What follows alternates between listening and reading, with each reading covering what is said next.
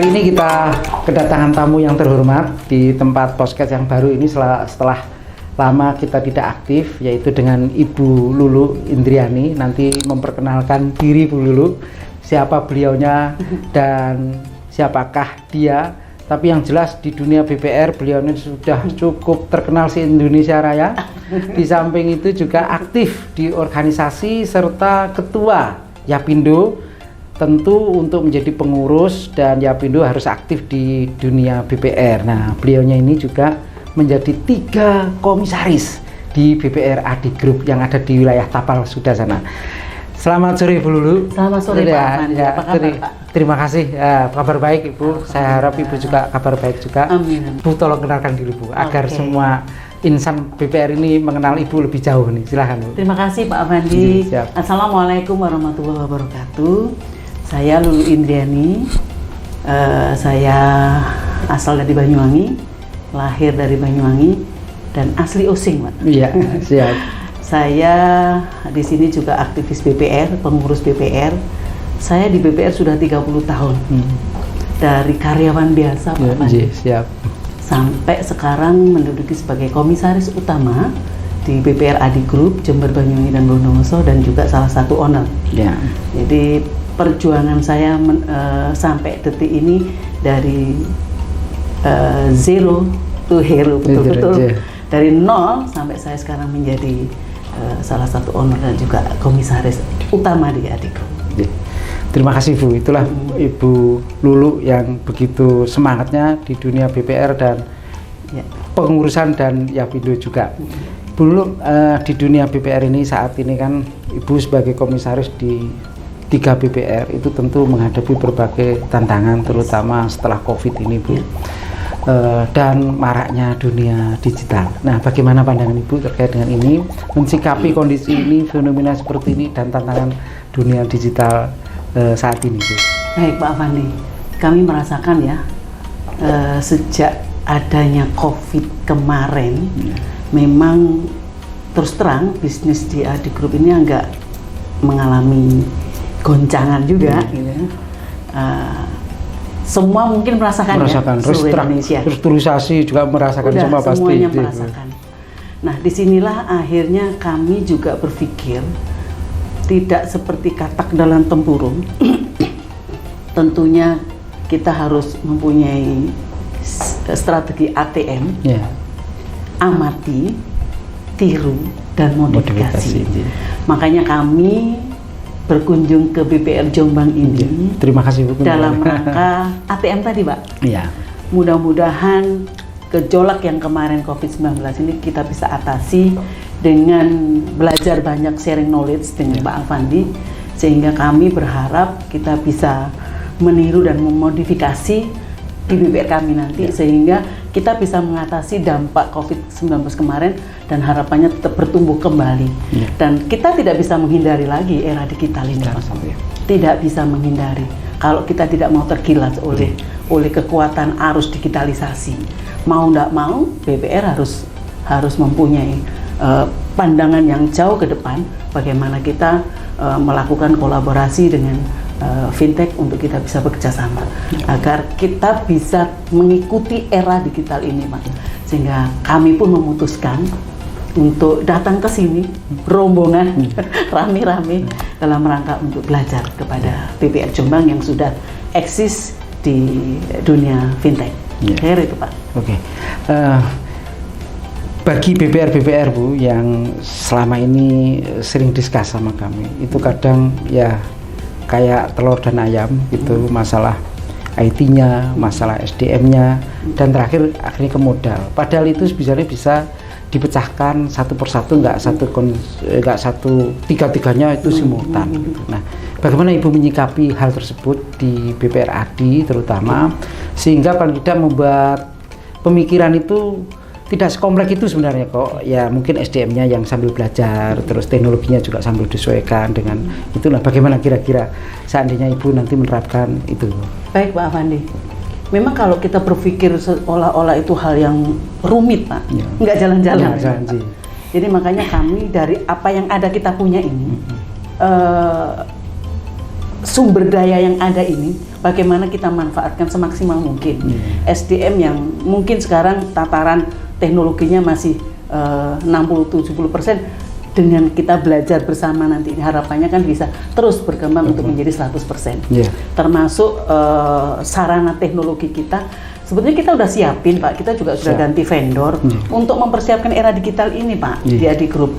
Cuman memang kita kan belum running dan kami tidak memahami soal teknologi yang begitu seperti cepatnya sekarang ini. Dan tadi sudah diskusi dengan Pak Adam juga bahwa ternyata untuk varian-varian dashboardnya itu tidak harus dengan core kita. Kita bisa beli lepas, kemudian kita gandeng dan lain sebagainya. Bagaimana teknologi itu bisa dikolaborasikan. Nah ini menjadi pandangan kita, ternyata begini. Semakin mantap, optimis kita untuk terus mengejar ketertinggalan kita di era digital ini. Terkait dengan modal tentunya, karena itu keharusan, ya kan, sesuai POJK wajib. Bayangin sekarang cuma 6M. Kalau dulu mungkin kita oke lah 1M iya, tapi semakin kesini kalau kita tidak meningkatkan modal, kita juga akan sulit bergerak Pak. Ya kan? Seperti BPR Jombang nih, modal setorannya sudah 50 miliar. Geraknya begitu cepat, mau kemana aja, mau apapun bisa gitu. Nah ini bagaimana meyakinkan para pemegang saham untuk terus meningkatkan modalnya untuk kita supaya BPR ini bisa bersaing dengan lembaga keuangan lain, termasuk mungkin bank umum. Dengan modal yang gede, otomatis itu kan kita bisa meng-create produk-produk kita yang murah, yang bisa memang dibutuhkan oleh masyarakat. Saya kira itu 3 komponen yang memang tidak bisa dihindari Pak. Permodalan juga harus ditingkatkan, SDM juga harus ditingkatkan kualitasnya, kemampuannya, kompetensinya, keterampilannya, termasuk juga bagaimana sarana teknologi kita harus kita siapkan sedemikian rupa sesuai dengan yang dibutuhkan untuk era digital ini. Istilahnya bagaimana kualifikasinya teknologi yang harus kita siapkan. Semuanya harus disiapkan. Memang tidak sekaligus serta-merta, tetapi sekarang ini mulailah dengan sumber daya yang ada ini dimanfaatkan semaksimal mungkin sesuai dengan kemampuan kita. Ya naik tangga dikit-dikit lah Pak. Dari tangga kecil, kedua, ketiga. Ibarat orang bayi mau jalan, ya kan? Ya tetak-tetak dulu, nggak apa-apa. Tapi kita jalan gitu. Bukan stuck di tempat, kita ragu-ragu, jalan nggak. Padahal kita sudah di grup Adi Group ini sudah MOU udah lama, tapi teman-teman kok nggak jalan-jalan, apa kendalanya gitu. Teknologi udah kita perbaiki, udah kita SDM juga kita sering pelatihan dan sebagainya. Ternyata keraguan ini mindsetnya yang harus kita rubah. Yuk tak ajak belajar sama suhunya. Akhirnya ketemu dengan Pak Fandi. Berarti SDM menjadi kunci penting Bu ya? Insya Allah kunci penting.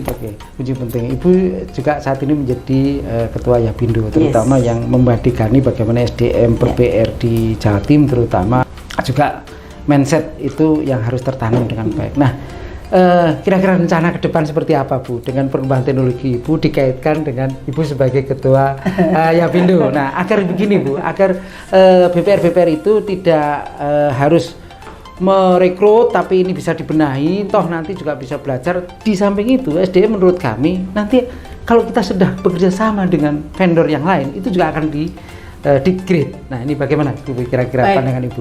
Pak Afandi, kita di Yapindo Jatim memang tugas kita adalah ikut serta di dalam meningkatkan kualitas sumber daya manusia di industri BPR, terutama di bidang pelatihan baik berbasis sertifikasi maupun reguler. Nah tentunya saat ini memang dibutuhkan untuk bagaimana keahlian teknologi, dan itu juga sudah di-grade oleh kerjasama Yapindo dengan Sertip, bahwa ada sertifikasi pejabat eksekutif yang ada bidang teknologinya gitu. Dan tentunya fasilitatornya sudah tidak asing lagi, ahli teknologi Pak Adam, dan itu bisa nanti kedepannya kita bisa minta beliau untuk adakan kelas khusus untuk soal fintech ini, bagaimana produknya, bagaimana meng-create kerjasamanya, bagaimana kita analisisnya segala macam, sehingga harapannya dari teman-teman BPR seluruh Jawa Timur itu tidak ragu-ragu lagi untuk kolaborasi dengan fintech. Yang kedua, SDM adalah faktor utama untuk memajukan bisnis BPR.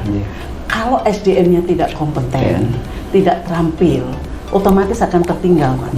Oleh sebab itu pentingnya kita melakukan di Yapindo itu range pelatihan-pelatihan tidak hanya soal yang teknis, tapi juga non teknis kita lakukan untuk supaya SDM BPR itu mempunyai kompetensi tidak hanya di bidang BPR-an, tapi juga hal yang lain yang sifatnya mendukung untuk kemajuan BPR-nya. Dengan demikian harapannya Yapindo Jatim ini benar-benar bermanfaat untuk anggota dengan create pelatihan yang murah, efektif dan efisien yang berguna bagi anggota. Saya kira gitu, Pak. Terima kasih, Bu. Saya melihat di Jawa Timur, Bu, kebetulan ada fintech ya komunal. Kita ngomong saja komunal itu bagaimanapun juga kebanggaan di Indonesia Timur. Mungkin yang komunal eksis, di samping itu juga komunal ini ada deposito komunal yang itu mungkin nggak dimiliki oleh fintech lain. Nah, fintech ini berkembang di Indonesia bagian barat atau di pusat ibu kota. Dari sekian 100 lebih fintech itu sebagian besar bahkan 80%-nya pusat di Surabaya. Nah, ada pemikiran nggak, Bu? Kira-kira Ibu sebagai Yapindo, Ketua Yapindo untuk mensosialisasikan fintech ini, terutama vendor-vendor yang ada di Jakarta, agar dia itu bisa, nggak tahu nanti kolaborasinya seperti apa, agar ini juga di satu sisi itu mulai peluang menurut saya, Bu, yaitu fintech butuh super lender yang ada di BPR. Tapi saya BPR juga harus membuka diri. Nah, kalau itu dibentukkan dalam suatu dipertemukan oleh Yapindo, nggak tahu ada pembayaran dengan itu seperti apa? Kira-kira ada pemikiran nggak, Bu? Nah, ini mohon maaf. Pak Afandi, kalau memang ada peluang untuk itu, kenapa tidak? Gitu. Buat saya, apapun yang sifatnya itu bermanfaat untuk anggota, saya akan lakukan. Sosialisasi itu tidak salah. Tergantung nanti yang menerimanya, ilmunya. Mau implementasi atau tidak, itu pilihan, ya kan? Pilihan tergantung dari anggotanya, mau implementasi atau tidak. Yang penting kalau memang itu ada peluang dan ada pihak fintech yang mau memberikan sosialisasi kepada kami di DPD Perbarindo Jawa Timur, kenapa tidak? Kerjasama, dan itu saya terbuka luas. Karena apa? Prinsip saya sebagai Ketua Yapindo, bagaimana Yapindo ini bisa bermanfaat untuk anggota tidak hanya terhadap ilmu-ilmu per BPR-an, tetapi juga mungkin ilmu produk-produk yang mungkin berkembang saat ini bisnisnya, supaya bisnisnya kuat, kelembagaannya kuat, SDM-nya mumpuni, pada akhirnya industri BPR di Jawa Timur itu maju, berkembang bersama-sama. Tidak hanya 1-2 BPR aja yang maju, yang lainnya terpuruk, janganlah. Harapannya kan semua BPR ini bisa berkembang, rata semuanya, maju semua. Yuk kita bareng-bareng. Kalau kita tidak bersatu nggak bisa, Pak. BPR sekarang itu kalau berdiri sendiri masing-masing juga susah. Yang bisa kita lakukan kerjasama, kenapa tidak? Begitu kita bersatu untuk memajukan industri BPR ini, peluang itu pasti ada. Seperti tadi ini, oh ternyata kita bisa MOU nih, gitu kan? Oh ternyata kita bisa. Ada loh yang kita lakukan untuk bersama-sama untuk memajukan BPR ini, sekaligus memberikan kemanfaatan kepada masyarakat. Yang tujuannya adalah memang inilah bisnis BPR di situ. Gitu loh. Saya kira gitu, Pak. Karena saya melihat peluang, Bu. Sebenarnya itu tadi fintech itu butuh super lender, tapi super lender ini kadang ya ada ketakutan tersendiri. Nah, dari kondisi itu, kalau misalnya ini nggak tahu di liar saja, mungkin ada pas pembukaan pelatihan itu ada datang satu fintech, itu mungkin dari berbagai fintech akhirnya tahu kan, oh ini perkara nanti minat enggak ya, itu terserah masing-masing. Nah itu kan akhirnya juga masuk, di samping itu barangkali juga ada aliran sponsor, barangkali bisa juga itu per tiap periode Ibu adakan pelatihan. Jadi ada satu fintech, otomatis kalau diangkan terus, diangkan di dalam pikiran kan otomatis, oh sudah sampai sini teriang-iang gitu. Karena bagaimana bawah sadar kita. Contoh begini, Bu. Dengan adanya My Pertamina yang saat ini akan semua masuk, otomatis mau nggak mau orang setidak teknologi harus mau berteknologi. Coba bayangin, sudah sampai ke sana, otomatis akan menimbulkan orang mau nggak punya duit, nanti akan peleter, Bu, untuk beli bensin itu peleter. Nah itu peluang untuk ini. Nah tapi kita sebagai lembaga keuangan paling kan harus pelopor dulu gini loh, dengan dunia fintech dan dunia lain. Karena My Pertamina dulu tol kita repot gitu kan, dengan My Pertamina dipaksa, otomatis ke sepeda motor nanti dipaksa Bu. Dan termasuk sekarang sudah harus pakai sepatu. Mau nggak mau gitu. Nah ini Bu, kira-kira gimana kalau ide-ide seperti itu Bu? Ide saya Pak, Yeah. pengennya sih saya meminta Pak Adam ya, bikin kelas soal fintech. Nanti pembukaannya menghadirkan itu nggak apa-apa. Jadi inline, ada kaitannya. Kalau perlu ada sesi tersendiri berapa jam dia menyampaikan istilahnya prolognya atau apa tentang fintech. Seperti kalau kita mau share tip, ada OJK kan, OJK memberikan materi dalam 1 hari. Okay, itu akan lebih masuk Pak. Saya coba akan discuss dengan internal Yapindo dan mungkin ini akan yang dibutuhkan oleh teman-teman. Jadi sangat dibutuhkan. Asal Pak Adamnya oke. Makanya yang tadi oke lah. Tapi fintech ini Bu kadang butuh ini ya, butuh apa namanya pasar yang sekiranya bisa digarap. Tapi di sisi ini tidak keterbukaan oleh BPR untuk ini. Nah, kalau misalnya nanti tiap pelatihan ini ada BPR 1 atau 2 yang udah ngisi, itu kan otomatis nanti buka peluang.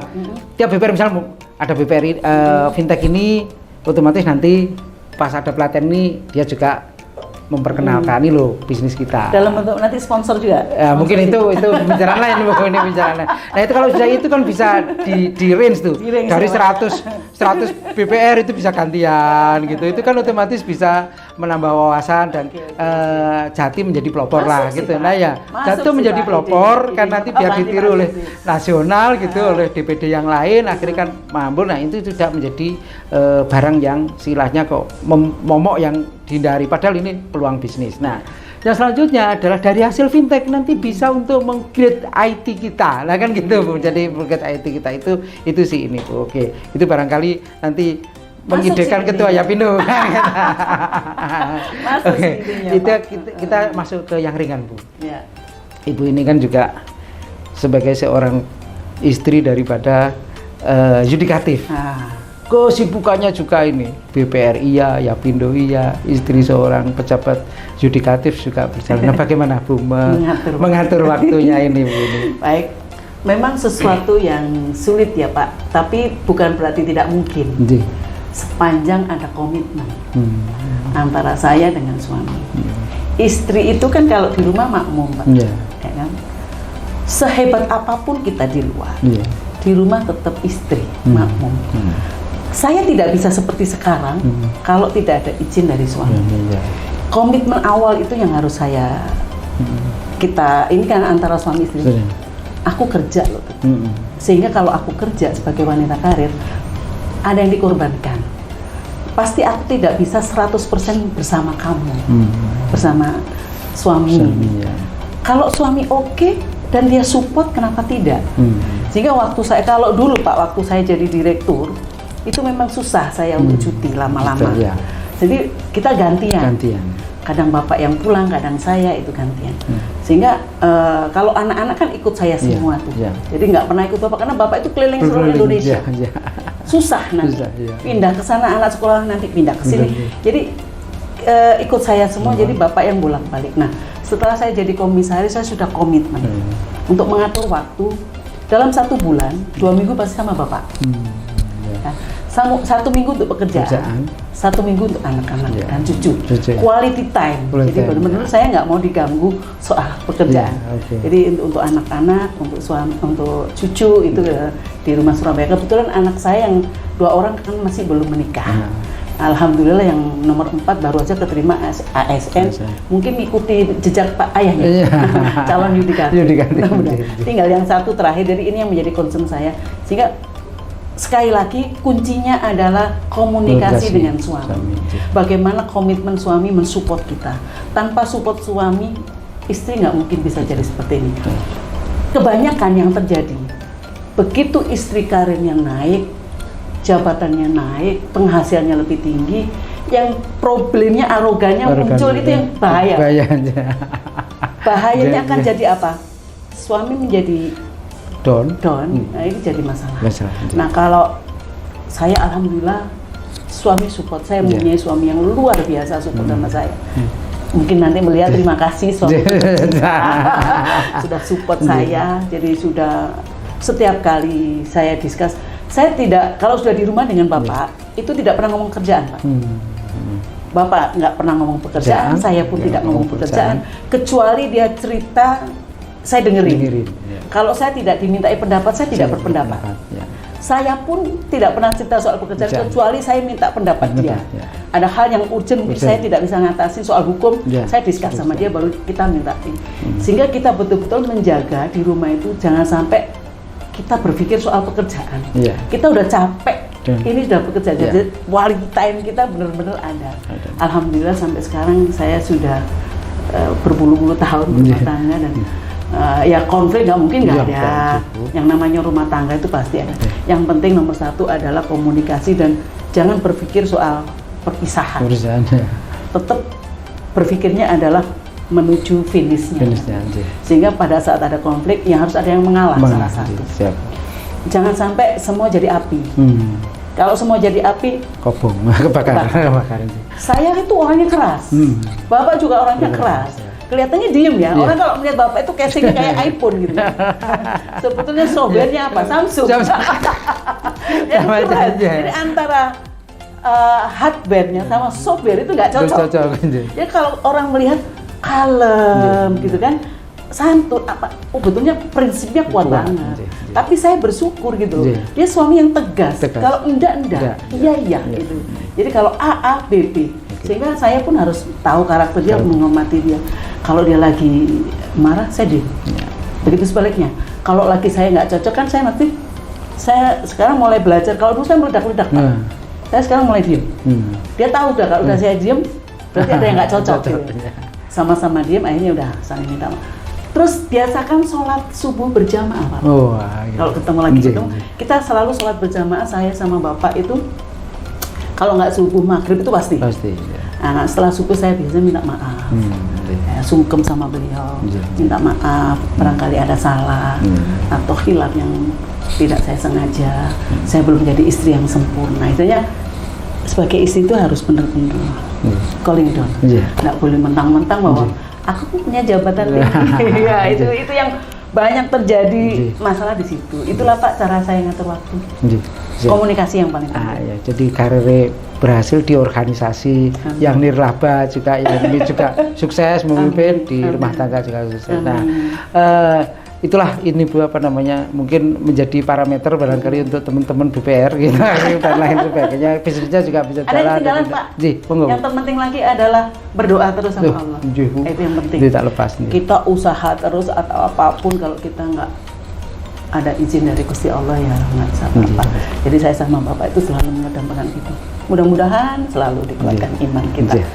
Supaya anak-anak juga sukses, kita juga sukses, bisnisnya jalan. Saya kira itu Pak. Terima kasih Bu Lulu. Kita sudah hampir berapa? Sejam itu untuk ngobrol-ngobrol ini. Nah, ini apa namanya? Closing statement Bu. Dari tadi ngomong BPR, ngomong Yapindo, terus ngomong rumah tangga, closing statement terakhir apa nih Bu? Baik. Untuk menjadi seorang sukses, jangan berhenti belajar. Siap. Bahwa belajar itu suatu kebutuhan, jangan dijadikan suatu hal yang terpaksa. Ibarat kita makan, butuh makan untuk hidup. Belajar butuh kita untuk sukses. Belajar dan terus implementasi. ATM tadi Pak, amati, tiru, dan modifikasi. Dan kemudian yang kedua adalah selalu melihat ke atas untuk kita supaya terinspirasi. Kemudian juga jangan lupa kita lihat ke bawah supaya kita pandai bersyukur. Harapannya kita terus terinspirasi untuk maju bersama orang-orang hebat seperti Pak Afandi, dan juga bersyukur kalau melihat orang-orang masih di bawah kita, untuk kita supaya bisa berbagi dengan orang lain. Hidup kita supaya lebih bermanfaat. Karena apa? Sebaik-baik manusia adalah manusia yang bermanfaat untuk orang lain. Apapun itu. Ya, karena yang kita bawa mati cuma hanya 3 kan katanya. Ya kan? Apa? Amal soleh, kemudian ilmu yang bermanfaat, anak sedekah jariah. Jadi ilmu ini Pak Afandi tadi sudah berbagi ilmu. Ini kalau kita terapkan, pahalanya ngalir terus Pak. Makanya seperti saya sekarang, kenapa saya bersedia menjadi fasilitator? Salah satunya adalah ini Pak. Kalau ngomong duit, enggak Pak. Makanya kan itu bagian dari sosial. Iya, bagian dari sosial. Karena apa? Begitu saya berbagi ilmu dengan apa yang saya bisa, itu diterapkan, saya dapat Pak. Itulah makanya Kenapa kita harus terus belajar, belajar, dan belajar? Kapan berhenti belajar? Kalau udah mati. Iya. Selesai. Jadi itulah Pak. Terima kasih. Terima kasih Bu Lulu. Itu rekan-rekan BPR se-Nusantara yang kita bisa gali dari Bu Lulu. Mungkin masih banyak lagi tapi keterbatasan waktu. Kalau itu banyak-banyak itu kurang dilihat nanti Bu. Nanti periode kedua ya. Oke, terima kasih. Salam sehat semuanya. Salam sehat BPR-nya juga dan terus berkembang BPR se-Nusantara. Amin. Dadah.